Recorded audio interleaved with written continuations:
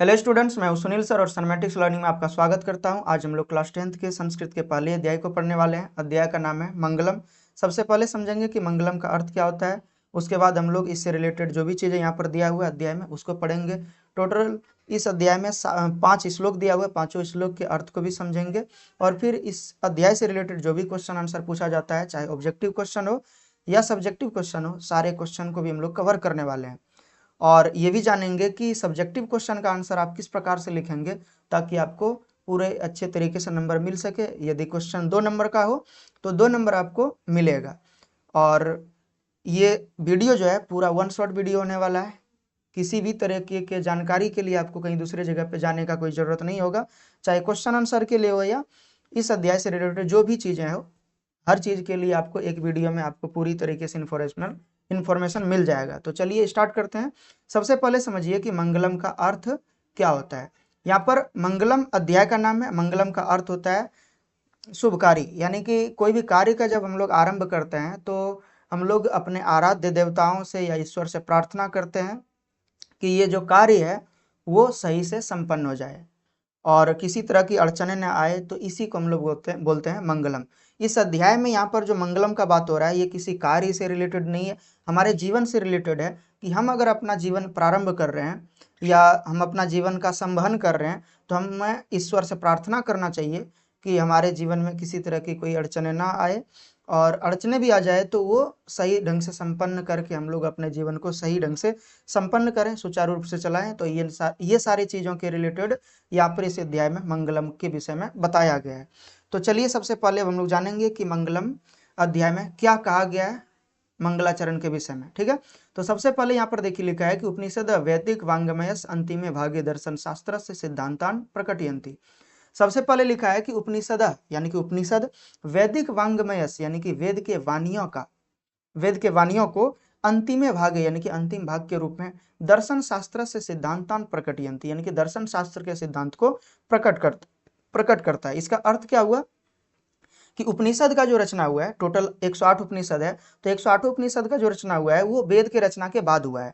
वेद का लैंग्वेज इतना ज़्यादा मुश्किल था आज के समय के लिए नहीं बल्कि पहले के समय के लिए, जिस समय संस्कृत लोग सब पढ़ते भी थे, उस समय का भी हम लोग बात कर रहे हैं। ठीक है, उस समय में भी वेद का जो यानी कि लैंग्वेज था काफ़ी ज़्यादा मुश्किल था।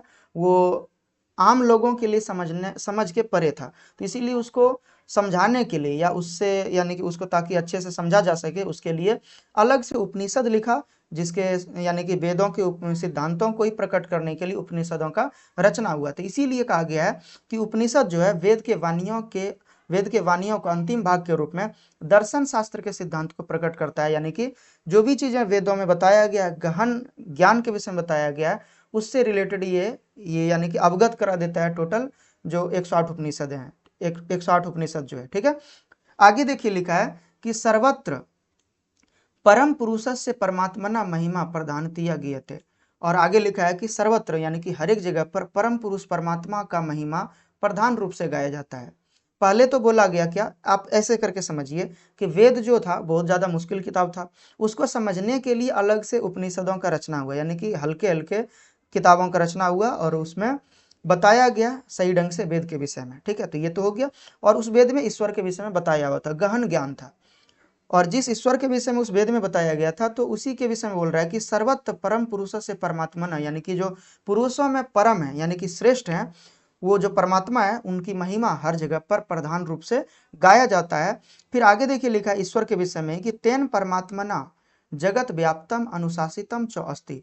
और उसी परमात्मा में पूरा जगत व्याप्त है यानी कि समाहित है और अनुशासित भी है, उसी के द्वारा चलाया भी जा रहा है। यानी कि ये जो संसार आप देख रहे हैं ये पूरे ईश्वर में ही समाहित है और उसी के द्वारा संचालित भी किया जा रहा है, वही चला भी रहे हैं। तो ये चीज़ें यहाँ पर लिखा हुआ है। और वे ही का शब्द का क्यों प्रयोग किया, क्योंकि हम लोग पहले ही पढ़ चुके हैं जिसके विषय में वेद में लिखा गया है उसी परमात्मा के विषय में बोल रहा है कि उसी में पूरा संसार व्याप्त है और अनुशासित भी, यानी कि उसी के द्वारा चलाया जा रहा है। फिर देखिए आगे लिखा है कि स्व एव सर्वेशम तपसाम परम लक्ष्यम, यानी कि उसी को पाना सबों के तपस्याओं का परम लक्ष्य है। सभी लोग जो तपस्या कर रहे हैं, चाहे ऋषि मुनि हो, साधु संत हो, जो ईश्वर को प्राप्त करने की जो चेष्टा कर रहे हैं, चाह रहे हैं कि हमें किसी तरह से ईश्वर मिल जाए, ईश्वर की प्राप्ति हो, वो किसको पाने का चाह कर रहे हैं? तो वही परमपिता परमेश्वर को पाने की चाह कर रहे हैं। सबों के तपस्याओं का परम लक्ष्य यही है कि तपस्या यानी कि पूर्ण करके वो ईश्वर को प्राप्त कर सके। आगे देखिए लिखा है कि अस्मिन पाठे परात्मपरा उपनिषदाम पदात्मका पंचमंत्रा संकलिता संति। आगे यहाँ पर कहा गया है कि इस पाठ में परात्मपरा यानी कि परमात्मा के विषय में उपनिषदाम यानी कि उसी उपनिषदों से यानी कि जो 108 उपनिषदों का रचना हुआ जिसमें वेद के विषय में गहन ज्ञान को सरल रूप में बताया गया है, उसी उपनिषद के विषय में बोला जा रहा है। उसी उपनिषद से पदात्मक यानी कि जिसको स्वर के साथ गाया जा सकता है ऐसे 5 मंत्र लिया गया है इस अध्याय में। अब देखिए आगे, हिरण्मयन पात्रेन सत्य सपे तम मुखम तत्वम पूषण पावरेनु सत्य धर्माय दृष्ट है। ये पहला श्लोक है इस अध्याय का, और पहला श्लोक जो लिया गया है वो ईशावास्य उपनिषद से लिया गया है। ईशावास्य उपनिषद का ये 15वां श्लोक है और इसमें हम लोग समझेंगे सबसे पहले कि इसके अर्थ क्या क्या है। ठीक है, तो सबसे पहले तो यहाँ पर जानिए कि हिरण्मयन पात्रेन का अर्थ होता है सोने जैसा पात्र। फिर आगे कहा गया है कि सत्य मुखम सत्य सपीतम मुखम यानी कि सत्य का ढका हुआ है मुख, यानी कि सोने जैसे पात्र से सत्य का मुख ढका हुआ है। तत्त्वम पूषण पाविनु सत्य धर्माय दृष्ट है। पूषण का अर्थ होता है यहाँ पर सूर्यदेव या ईश्वर का भी हम लोग बात कर सकते हैं। अपावृणु का अर्थ होता है हटा देना। सत्य धर्माय का मतलब होता है सत्य धर्म को, और दृष्टय मतलब देखने के लिए। तो इसीलिए कहा गया है कि आत्मा जो हमारा है यानी कि तत्त्वम यानी कि तत्व का मतलब होता है हुआ, और त्वम का मतलब होता है तत्वम का मतलब होता है तत्व यानी कि जो आत्म तत्व है उसको देखने के लिए, यानी कि ईश्वर को देखने के लिए, ईश्वर को जानने के लिए हम लोग यानी कि सूर्य देव से या ईश्वर से प्रार्थना कर रहे हैं कि हे ईश्वर, सत्य का मुख सोने जैसे पात्र से ढका हुआ है, इसीलिए उस सत्य धर्म की प्राप्ति के लिए जो हम पाना चाह रहे हैं उसके ऊपर से मन के ऊपर से मेरे यानी कि जो हम लोगों के मन के ऊपर जो मन के ऊपर जो माया मोह होता है उसको हटा दें, ऐसा ईश्वर से प्रार्थना कर रहे हैं। तो इसका सही मीनिंग क्या हो गया, इसको आप नोट कर लीजिए, इसको लिखिएगा, हे ईश्वर, सत्य का मुख सोने जैसे पात्र से ढका हुआ है, इसीलिए उस सत्य धर्म की प्राप्ति के लिए मन से माया मोह का त्याग करें। अगर हमारे मन में माया मोह रहेगा तो हम ईश्वर को प्राप्त नहीं कर सकते हैं। ये वैदिक ज्ञान है और इसी तरह से यहाँ पर कहा गया है। तो एक बार फिर से आप समझ लीजिए, इसमें इस श्लोक में कहा गया है कि हे ईश्वर, सत्य का मुख सोने जैसे पात्र से ढका हुआ है, इसीलिए उस सत्य धर्म की प्राप्ति के लिए मन से माया मोह का त्याग करें ताकि हम अच्छे से सत्य को प्राप्त कर सकें। तो ये यहाँ पे पहला श्लोक का अर्थ खत्म होता है। और ये अगर पूछा जाएगा कि ये श्लोक किस उपनिषद से लिया गया है तो आपका जवाब होना चाहिए ईशावास्य उपनिषद से। ईशावास्य उपनिषद का भी ये 15वां श्लोक है, तो ये आपको याद रहना चाहिए। चलिए अब अगले श्लोक को देखते हैं। अगले श्लोक में लिखा है अनोर्नियान महतो महियान आत्मस्य जंतो निर्हितो गुहायाम तम क्रतु पश्यति वीत शोको धातु प्रसादानाम हिमानम आत्मना। और ये कठ उपनिषद से इस श्लोक को लिया गया है। यहाँ पर देखिए नंबर लिखा गया है, यानी कि पहले भाग के दूसरे अध्याय के 20वां श्लोक लिया गया है ये। तो इसमें देखिए यहाँ पर क्या कहा गया है ईश्वर के विषय में या आत्मा के विषय में। तो ये कठोपनिषद से लिया गया है। पहला जो श्लोक हम लोग पढ़े थे वो ईशावास्य उपनिषद से लिया गया था। तो इसमें देखिए लिखा गया है सबसे पहले कि अनोर्नियान यानी कि अणु से भी सूक्ष्म, महतो महियान परंतु महान से महान। अणु का मतलब होता है सूक्ष्म। अणु के विषय में आपको पढ़ने मिला होगा साइंस के केमिस्ट्री में, अणु और परमाणु। तो परमाणु अणु ये क्या होता है, तत्व के बहुत ही सूक्ष्मतम कण है। तो इसीलिए यहाँ पर तुलना करके बताया है कि अणु से भी सूक्ष्म परंतु महान से महान आत्मा का निवास जीवों के हृदय रूपी गुफा में होता है, यानी कि जंतुओं के हृदय रूपी गुफा में होता है।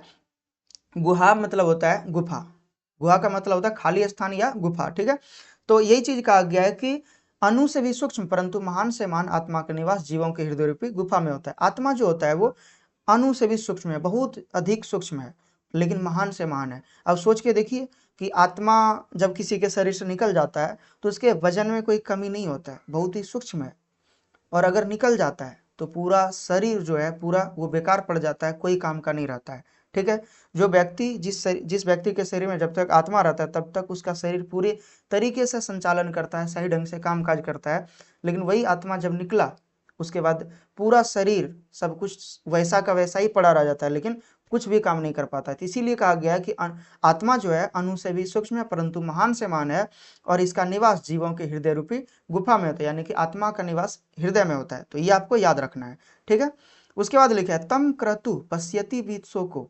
तम क्रतु मतलब अगर उसका दर्शन कर लें, पश्यति मतलब देख लें, वित शोक को यानी कि शोक रहित होकर, शोक को दूर कर, जो हमारे मन के अंदर दुविधा है, चिंता है, उन सारी चीजों को हम लोग त्याग के, ठीक है, धातु प्रसादानाम हिमानम आत्मना, यानी कि धातु प्रसादानम का अर्थ क्या होता है कि इंद्रियों की शुद्धता द्वारा। जब तक हमारी इंद्रियां शुद्ध नहीं होगी, इंद्रियों का अर्थ क्या होता है, आंख, नाक, जीवा, कान और त्वचा, तो यही सब है, यानी कि 5 इंद्रियां होता है जिसके द्वारा हमारे बॉडी के अंदर कुछ इनपुट जाता है, जो इन्फॉर्मेशन जाता है। जैसे आंख के द्वारा हम लोग कोई चीज को देख के जान पाते हैं, किसी विषय, किसी वस्तु के, किसी व्यक्ति के विषय में हम लोग जानते हैं देख के। फिर सुन के देखते हैं कान के द्वारा। मुंह के द्वारा हम लोग भोजन जब करते हैं तो उसके स्वाद को ग्रहण करते हैं, अपने अंदर समझते हैं कि इसका स्वाद कैसा है, ठीक है। किसी चीज को टच करके भी हम लोग समझते हैं, नाक के द्वारा सूंघ के भी जानते हैं। ये 5 इंद्रियां हैं जिसके द्वारा हम लोग बाहरी चीजों के इंफॉर्मेशन को जानते हैं। तो यही चीज कहा गया, ये जब तक 5 चीजें हमारे अंदर शुद्ध नहीं होगा तो हम लोग यानी कि ईश्वर में नहीं मिल पाएंगे, यानी कि सत्य की प्राप्ति नहीं कर पाएंगे। तो इसीलिए यहाँ पर कहा गया था कि आत्मा जो है वो अणु से भी सूक्ष्म परंतु महान से महान आत्मा का निवास जीवों के हृदय रूपी गुफा में होता है, जिसके दर्शन मात्र से ही शोक रहित होकर इंद्रियों की शुद्धता द्वारा हिमानम आत्मना यानी कि आत्मा परमात्मा में मिल जाते हैं, यानी कि ईश्वर को प्राप्त कर लेते हैं। तो इसका अर्थ फिर से समझ लीजिए, ये कठ उपनिषद का यानी कि श्लोक है, और इसका अर्थ हो गया इस प्रकार से, कुछ आपको सही ढंग से लिख लेना है। अणु से भी सूक्ष्म परंतु महान से महान आत्मा का निवास जीवों के हृदय रूपी गुफा में होता है, जिसके दर्शन मात्र से ही जीव शोक रहित होकर इंद्रियों की शुद्धता द्वारा ईश्वर को प्राप्त कर लेते हैं, यानी कि ईश्वर में मिल जाते हैं। तो चलिए अब ये हम लोग दूसरे श्लोक को भी हम लोग समझ चुके हैं। अब आगे हम लोग देखेंगे तीसरे श्लोक को। तीसरे श्लोक में लिखा गया है सत्यमेव जयते न नित्रम सत्येन पंथा विततो देवयाना येना क्रमंत ऋषयो ह्याप्त कामा यत्र तत् सत्यस परम निधानम। ये मुंडक उपनिषद का तीसरे भाग के पहले अध्याय का 6वां श्लोक है। तो यहाँ पर हम लोग देखते हैं कि इसमें क्या कहा गया है। सत्यमेव जयते आपको कई बार देखने या सुनने को मिला होगा, कई जगह पर लिखा देखेंगे। अब आपके पास अगर कोई सिक्का होगा तो उसमें हर एक सिक्का में लिखा हुआ रहता है सत्यमेव जयते। ये अशोक के स्तंभ से लिया गया था, ठीक है। तो ये अशोक के स्तंभ से भी लिया गया था। तो वो अशोक के स्तंभ में कब कैसे लिखा गया, तो ये मुंडक उपनिषद में लिखा गया था उससे भी पहले, और उसी वर्ड को अशोक ने अपने स्तंभ पे लिखवाया था। और आज हम लोग जान रहे हैं कि अशोक स्तंभ से ये शब्द लिया गया था। तो ओरिजिनली अशोक स्तंभ से ये शब्द नहीं लिखा गया था, लिया गया था, अशोक ने इसको नहीं लिखवाया था, ठीक है। यानी कि अशोक का वर्ड ये नहीं था, मुंडक उपनिषद में ऐसे पहले ही लिखा गया था।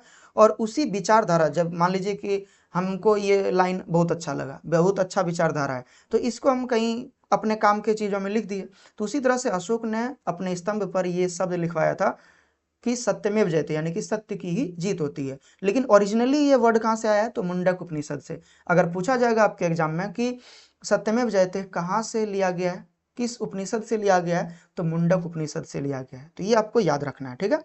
तो यहाँ पर देखिए अर्थ को समझते हैं। इसमें लिखा गया है सत्यमेव जयते न अनित्रम। सत्यमेव का मतलब होता है सत्यम एव, यानी कि सत्य की ही, एव मतलब होता है ही, जयते मतलब जीत होती है, न अनित्रम, अनित्रम मतलब होता है असत्य, और न मतलब नहीं, यानी कि असत्य की नहीं जीत होती है। सत्यन पंथा विततो देवयाना, सत्य का पथ ही देवताओं तक पहुंचाने का मार्ग प्रशस्त करता है, यानी कि मार्ग देता है। तो ये चीज आपको भी याद रखना है कि सत्य का मार्ग ही ईश्वर तक पहुंचाने का पथ प्रदान करता है। सत्य से ही हम लोग ईश्वर तक पहुंच सकते हैं। सत्य का यानी कि पथ ईश्वर तक पहुंचाने का मार्ग है, ये चीज आपको याद रखना है। फिर देखिए लिखा है येना क्रमंत ऋषयो ह्याप्त कामा, यानी कि इसी क्रम को चुनकर, येना क्रमंत का मतलब होता है इसी क्रम को चुनकर, ऋषियो यानी कि ऋषिगण, जो ऋषि मुनि है, जिसको हम लोग जानते हैं बहुत ही आध्यात्मिक व्यक्ति के तौर पर, या ईश्वर को प्राप्त करने के लिए जो तपस्याओं में लीन होते हैं, उनके विषय में जो हम लोग जानते हैं, वो भी सत्य का मार्ग चुनकर ही प्राप्त करते हैं। ह्याप्त कामा का मतलब होता है प्राप्त करते हैं। यत्र तत् सत्य परम निधानम, जो सत्य का परम निधान है। परम निधान का मतलब होता है स्थान, सबसे श्रेष्ठ स्थान जो है, ईश्वर ही है सत्य का। ठीक है, तो यही चीज यहाँ पर कहा गया है कि सत्यमेव जयते न नित्रम, यानी कि सत्य की ही जीत होती है और सत्य की नहीं। सत्ययन पंथा विततो देवयान, यानी कि सत्य ही ईश्वर तक पहुंचाने का मार्ग प्रशस्त करता है, यानी कि मार्ग प्रदान करता है। इसी क्रम को चुनकर ऋषिगण भी ईश्वर को प्राप्त करते हैं, जो सत्य का परम स्थान है। इसको एक बार ध्यान से फिर से सुन लीजिए। सत्य की ही जीत होती है और सत्य की नहीं, सत्य ही ईश्वर तक पहुंचाने का मार्ग प्रस्तुत करता है। इसी पथ को चुनकर ऋषिगण भी ईश्वर को प्राप्त करते हैं, जो सत्य का परम स्थान है। अगर पूछा जाएगा कि सत्य का परम स्थान क्या है, तो ईश्वर। ऋषिगण किस पथ को चुनकर ईश्वर को प्राप्त करते हैं, तो सत्य का पथ चुनकर ईश्वर को प्राप्त करते हैं। सत्य का पथ, सत्य का मार्ग या सत्य किसके पथ को प्रदान करता है, तो ईश्वर के पथ को प्रदान करता है। और उसके बाद जो पहले जो लिखा गया था, किसकी जीत होती है, तो सत्य की। किसकी जीत नहीं होती है, और सत्य की। ऐसे करके क्वेश्चन आपके एग्जाम में आएगा। फिर अगले श्लोक को देखिए, चौथा श्लोक है ये। इसमें देखिए यहाँ पर लिखा हुआ है, यथा नद्धा शयन्दमाना समुद्रे अस्तम नाम रूपे विहाय तथा विद्वान नाम रूपाद विमुक्ता परात्म परम पुरुषम उपैति दिव्यम। ये मुंडक उपनिषद के तीसरे भाग के दूसरे अध्याय का 7वां श्लोक है। इसके अर्थ को भी हम लोग एक एक करके समझते हैं। चलिए यहाँ पर देखते हैं कि क्या लिखा हुआ है इसमें। तो सबसे पहले समझिए क्या कहा गया है। यथा का मतलब होता है जैसे या जिस प्रकार, नद्या मतलब होता है नदियां, सैंदमाना मतलब बहते हुए, समुद्री अस्तम यानी कि समुद्र में जाकर, गच्छन्ति मतलब जाकर के हो जाता है, समुद्री अस्तम मतलब समुद्र में अस्त हो जाता है, यानी कि मिल जाता है, जाकर के मिल जाता है। नाम रूपे भी है, यानी कि नाम रूप को त्याग देते हैं। आपको एक सवाल हम कर रहे हैं, जब तक गंगा नदी पूरे यानी कि भूमि पर बह रही है तो उसको हम लोग गंगा नदी बोलते हैं। जैसे ही बंगाल की खाड़ी में जाके मिल गई, तो समुद्र में जब मिल गई, तो क्या उसके जल को हम लोग गंगा का जल बोलेंगे? नहीं बोलेंगे।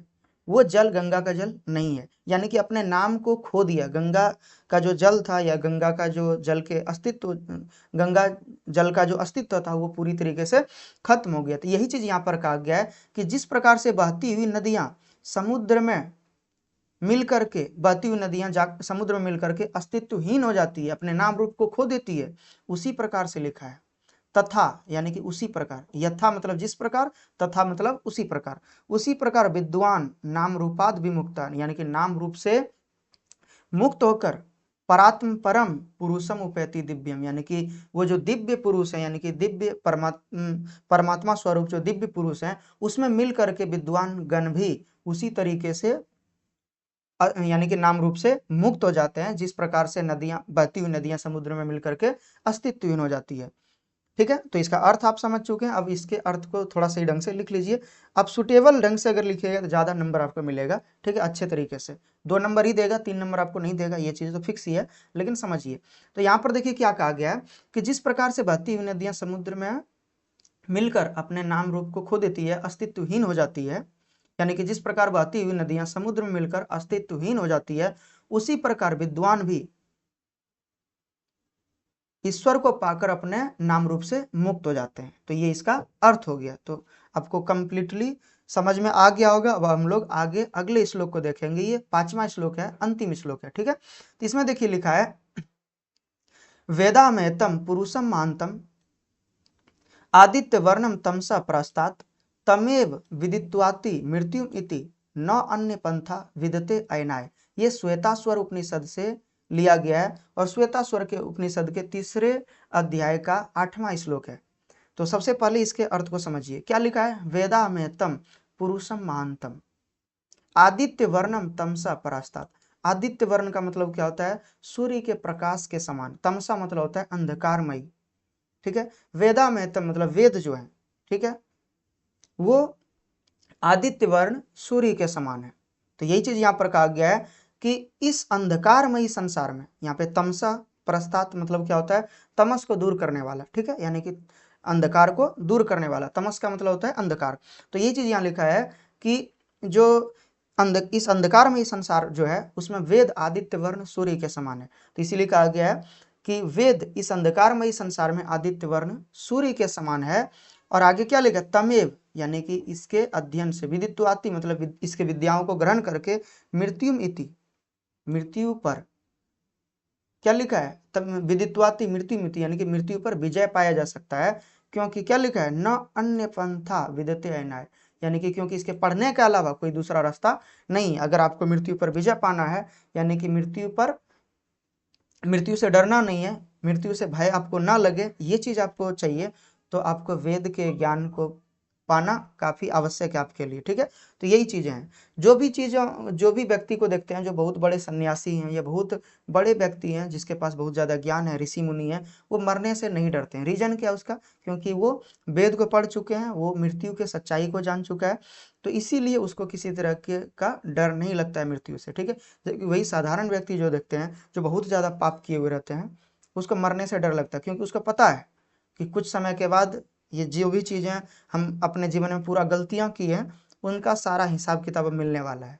तो इसीलिए उसको डर लगता है कि अब यानी कि पाप का घड़ा पूर्ण हो चुका है। ठीक है, तो इसीलिए डरता है। तो यहाँ पे यही चीज कहा गया है कि वेद इस अंधकार में, इस संसार में आदित्य वर्ण सूर्य के समान है, जिसको पढ़ने से मृत्यु पर विजय प्राप्त किया जाता है, क्योंकि इसके अलावा कोई अन्य रास्ता नहीं है। ठीक है, तो ये हम पूरे तरीके से आपको समझा चुके हैं इस अध्याय के श्लोक के अर्थ को, मंगलम का क्या अर्थ होता था, और फिर इस अध्याय में मंगलम के विषय में क्या क्या कहा गया था, उन सारे चीजों को हम बता चुके हैं आपको, एक एक लाइन सारे वर्ड को आपको समझा चुके हैं किसका अर्थ क्या होता है। और अगर इसके बाद भी आपको कोई तरह का प्रॉब्लम है तो आपको यहाँ पर अर्थ भी लिखा हुआ मिल जाएगा। पहले श्लोक के अर्थ को देखिए, यहाँ पर लिखा हुआ है। ठीक है, इसका अर्थ के विषय में और भी बढ़िया से बताया गया है, और उसके बाद देखिए शब्दार्थ भी यहाँ पर लिख दिए हैं। ठीक है, फिर दूसरा श्लोक, तीसरा श्लोक यहाँ पर देखिए, चौथा श्लोक देखिए, फिर पांचवा श्लोक देखिए। तो सारे श्लोकों के अर्थ को हम यहाँ पर समझा चुके हैं। अगर आपको ये पीडीएफ डाउनलोड करना है तो डिस्क्रिप्शन में लिंक दिया होगा इस पीडीएफ का, तो उस पर जा करके आप क्लिक करके डाउनलोड कर सकते हैं, और अपने मोबाइल में आपको बढ़िया तरीके से आपको दिख जाएगा, कोई तरीके का दिक्कत नहीं है। और अगर आपको देखना है यहाँ से ही, तो आप देख देख के यहाँ से ही उतार सकते हैं, देख सकते हैं, थोड़ा रोक रोक के आपको उतार लेना है। किसी तरह की कोई दिक्कतें यहाँ पर नहीं होने वाली है, जैसा भी आपको सुविधाजनक हो आपके लिए वो आप कर सकते हैं, किसी तरह का दिक्कत नहीं है। तो चलिए अब आगे हम लोग इसके क्वेश्चन आंसर को देखने वाले हैं। ठीक है, अब हम लोग क्या करेंगे, इससे रिलेटेड जो भी क्वेश्चन आंसर पूछा जाता है आपके एग्जाम में उसको देखेंगे। तो सबसे पहले वस्तुनिष्ठ प्रश्न में अगर यहाँ पर देखिएगा तो टोटल आपको कुछ क्वेश्चन देखने को मिलेगा, 23-24 क्वेश्चन जो हमने खुद से लिखा है, ये कहीं पे भी आपको दूसरे जगह पर क्वेश्चन नहीं मिलेगा। ठीक है, तो इसके विषय में हम यहाँ पर बता देते हैं एक करके, और आपको भी पता चल जाएगा कि क्या यहाँ पे बात कर रहे हैं, क्योंकि अध्याय में सारा चीज आप पढ़ चुके हैं। अब आप बताइए कि सांसारिक माया मोह से क्या ढका हुआ है, तो सत्य ढका हुआ है, क्योंकि वहां पे बताए थे हिरणमयन पात्रन सत्य सपि हितम मुखम तत्वम पूषण पाविरुन सत्य धर्माय दृष्ट है। तो यहाँ पर सत्य का मुख ढका हुआ है सांसारिक माया मोह से। माया मोह का ही उदाहरण दिया था हिरणमयन पात्रन, क्योंकि माया मोह भी चमक धमक दिखाता है और सोने का पात्र भी चमक धमक दिखाता है। जिस प्रकार से माया मोह से सारा चीजें ढका हुआ है, उसके अंदर की चीजें सत्यता नहीं दिखता है, उसी प्रकार से अगर सोने के पात्र से कोई चीज को ढक दे तो उसके अंदर वाली चीजों को नहीं देखा जाएगा। ठीक है, तो यही चीज है, कोई दिक्कत यहाँ पर। तो इसका अर्थ, इसका सही आंसर हो गया ए नंबर का, यानी कि सत्य। दूसरा देखिए, मंगलम पाठ में कुल कितने उपनिषद से मंत्र लिया गया है, तो टोटल 4 यानी कि उपनिषद से मंत्र लिया गया है। टोटल 5 मंत्र है, लेकिन 4 ही उपनिषद से लिया गया है, 2 मंत्र मुंडक उपनिषद से ही लिया गया है। ठीक है, जगत किसमें व्याप्त है, तो परमात्मा में, आपको पहले ही बढ़िया से बता चुके हैं। सबों का परम लक्ष्य किसको प्राप्त करना होता है, तो सत्य को, तो ये चीज आपको याद रखना, बी नंबर का आंसर हो जाएगा। मंगलम पाठ में कुल कितने मंत्र लिखा गया है, तो टोटल 5 मंत्र लिखा गया है। ठीक है, परमपिता परमेश्वर की प्राप्ति के लिए मन से किसका त्याग कर देना चाहिए, तो माया मोह का त्याग कर देना चाहिए। हालांकि यहाँ पर देखिए पाप का भी त्याग करना आवश्यक है, लेकिन सबसे ज्यादा जरूरी है माया मोह का। ठीक है, माया मोह को अगर आप त्याग कर देते हैं तो पाप तो नहीं होगा। ठीक है, मनुष्य के हृदय रूपी गुफा में किसका निवास होता है, तो आत्मा का निवास होता है, आपको बताए थे। ठीक है, पहले ही बता चुके हैं। अनोरनियान महतो महियान जो श्लोक बताए थे, उसी में लिखा हुआ था कि जंतु के हृदय रूपी या तो जीवों के हृदय रूपी गुफा में आत्मा का निवास होता है। कोई भी आत्मा सत्य का दर्शन करने से किस में बदल जाता है, तो परमात्मा में बदल जाता है। ठीक है, ये चीज याद रखना है। परमपिता परमेश्वर को प्राप्त करने का कौन एकमात्र साधन रास्ता है, तो सत्य का पथ आपको बता चुके हैं। किसकी जीत होती है? तो सत्य की जीत होती है। ऋषिगण कौन से पथ को चुनकर परमात्मा को प्राप्त करते हैं? तो सत्य का पथ चुनकर।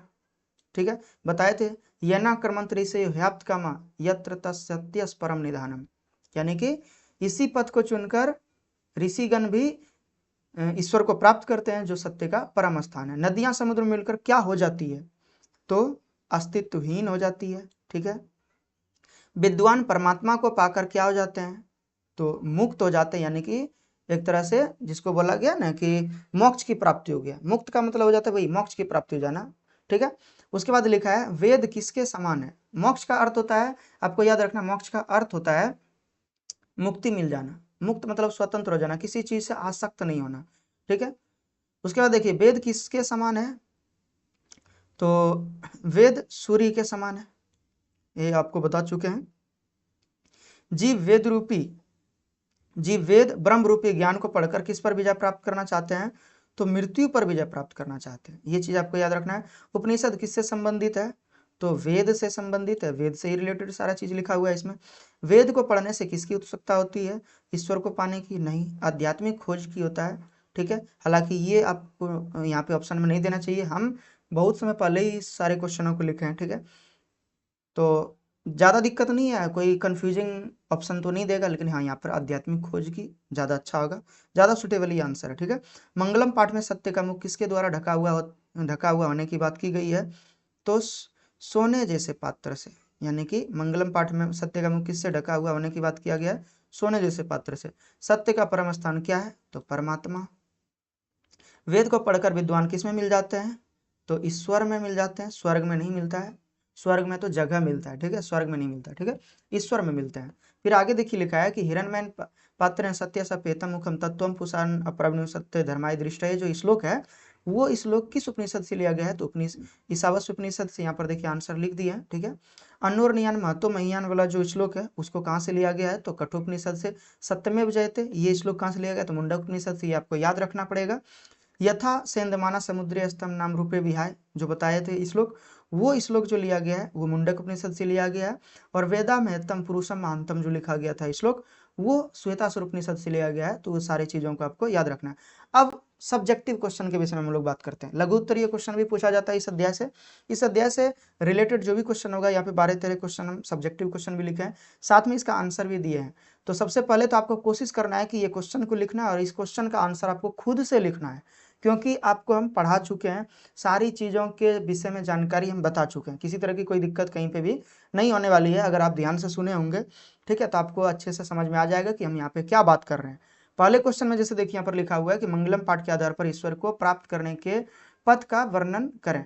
मंगलम पाठ में जो ईश्वर को प्राप्त करने के पथ का विषय में बताया हुआ था, उसके विषय में बताने का गया है। तो सबसे पहले यहाँ पर देखिए लिखा है कि मंगलम पाठ के आधार पर ईश्वर परमात्मा को प्राप्त करने के लिए मन से माया मोह, यहाँ गाया मोह लिखा गया है, आपको सही करना है, क्योंकि लिखने में कई बार हमको दिक्कत हो जाती है, खुद से लिखे हैं तो यहाँ पे टाइपिंग करने में कुछ कुछ जगह पे मिस्टेक हो जाता है। तो इस जगह पे आपको देखना है, गाया मोह नहीं होगा, माया मोह होगा।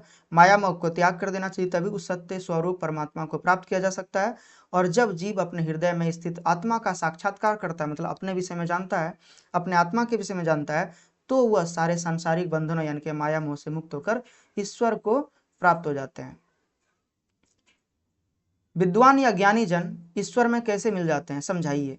इसमें लिखा है कि जिस प्रकार बहती हुई नदियां समुद्र में मिलकर अस्तित्वहीन हो जाती है, अर्थात अपना रूप त्याग कर समुद्र में चली जाती है या तो मिल जाती है, उसी प्रकार विद्वान या ज्ञानी जन अपने मन से सांसारिक माया मोह को त्याग कर ईश्वर में मिल जाते हैं और अपने नाम रूप से मुक्त हो जाते हैं। तो ये यानी कि इसका आंसर हो गया। आप इसको ध्यानपूर्वक पढ़ के समझिए, कहीं कोई तरह की दिक्कत नहीं है। ठीक है, उसके बाद देखिए अगले श्लोक में, अगले यानी कि क्वेश्चन में लिखा है मंगलम पाठ में सत्य के विषय में क्या कहा गया है। तो ये भी आप पढ़ के समझ सकते हैं। इसमें सत्य के विषय में बताया गया था मंगलम पाठ में, यहाँ पे देखिए कुछ दूसरा लिखा गया है। ठीक है, ये सब चीज को थोड़ा सा सही ढंग से आपको, यही सब थोड़ा सा मिस्टेक हो सकता है लिखने में। ठीक है, क्योंकि कहीं से कॉपी तो किए नहीं है, यहाँ पर लिखा हुआ है सही ढंग से। ठीक है, तो मंगलम पाठ में सत्य के विषय में कहा गया कि सत्य का मुख सोने जैसे पात्र से ढका हुआ है। देखिए यहाँ पर भी कुछ गलती हो गया, इसलिए उस सत्य धर्म की प्राप्ति के लिए मन से माया मोह का त्याग कर दें, तभी सत्य की प्राप्ति संभव है और सत्य की ही जीत होती है और सत्य की नहीं।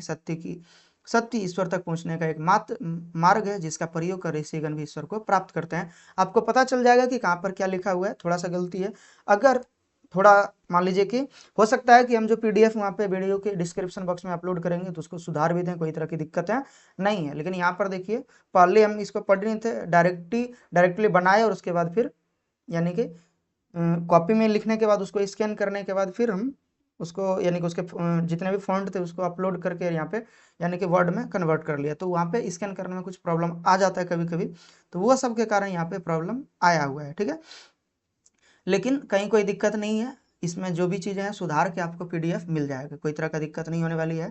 ठीक है, अब आगे देखिए लिखा आत्मा का निवास कहाँ होता है और उसका दर्शन कैसे किया जा सकता है, तो इसके विषय में भी हम आपको इस श्लोक में ही बता चुके हैं, तो यहाँ पर बार बार इसी चीज़ को बताना कोई खास है नहीं। ठीक है, तो इसीलिए आप खुद से पढ़ करके समझ लीजिए।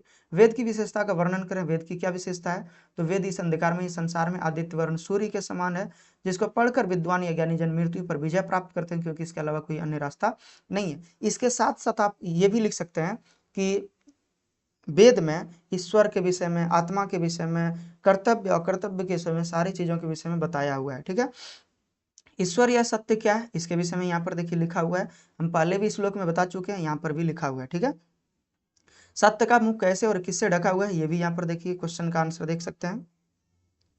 फिर अगला क्वेश्चन है उपनिषद का क्या अर्थ होता है, ये हमें आपको बताना चाहिए था पहले ये, लेकिन ध्यान में नहीं रहा, तो यहाँ पर देखिए उपनिषद का अर्थ क्या होता है, ये कई बार पूछा भी गया है सवाल को, तो यहाँ पर देखिए लिख दिए उपनिषद में दो वर्ड है, उप और निषद। उप का मतलब होता है निकट और निषद का मतलब होता है ज्ञान अर्जित करना, यानी कि समीप बैठ करके, यानी कि एक तरह से क्या हो जाता है निषद का मतलब हो जाता है उपदेश लेना, यानी कि ज्ञान अर्जन करना। ठीक है, तो ये चीज लिखे हैं कि उपनिषद शब्द उप तथा निषद मिलकर बना है, इसमें उप का अर्थ होता है समीप और निषद का अर्थ होता है उपदेश, यानी कि ज्ञान अर्जन करना, अर्थात गुरु के समीप शांति चित्त बैठकर अविद्यानाशक पाप विमुक्त, अविद्यानाशक मतलब क्या, जिससे विद्या का ह्रास ना हो, ज्ञान की क्षति ना हो। ठीक है, और पाप विमुक्त, जिसमें कोई तरह का पाप ना हो, पाप से मुक्त हो, ब्रह्म ज्ञान यानी कि ईश्वर के विषय में जो ज्ञान हो उससे संबंधित जो सद ज्ञान सुना जाता है वही उपनिषद है।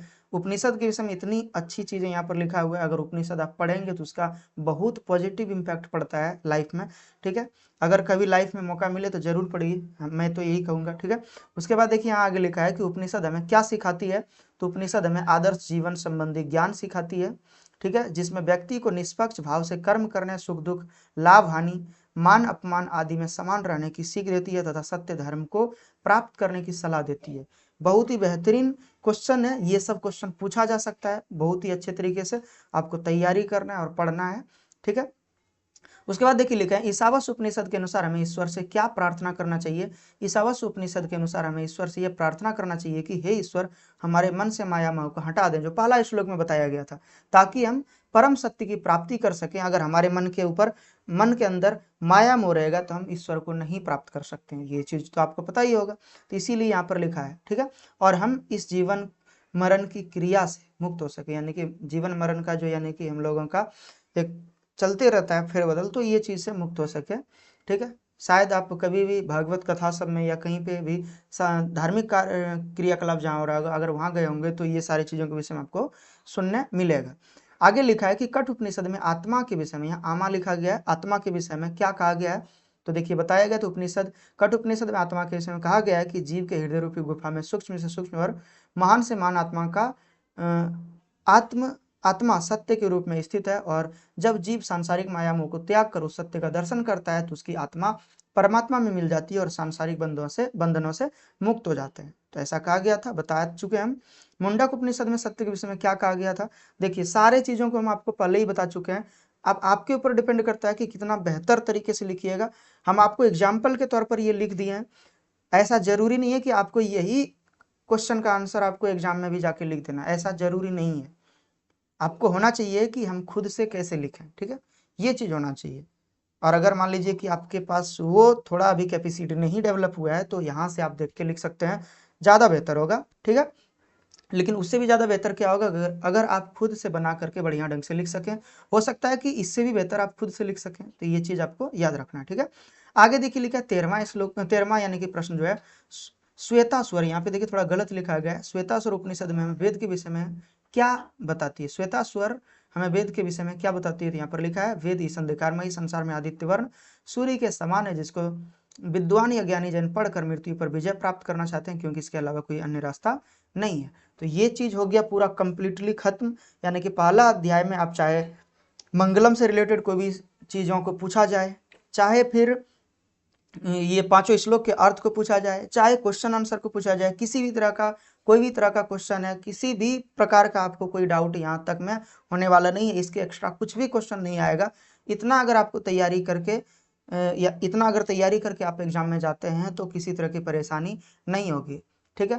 तो लास्ट में हम आपसे यही कहना चाहते हैं कि अगर यहाँ तक देखें हैं तो आप अपने दोस्तों के साथ या जितने भी आपका स्टडी यानी कि ग्रुप है व्हाट्सअप का, वहाँ सारे जगहों पर इस वीडियो को शेयर करिए, अपने दोस्तों को भी बताइए।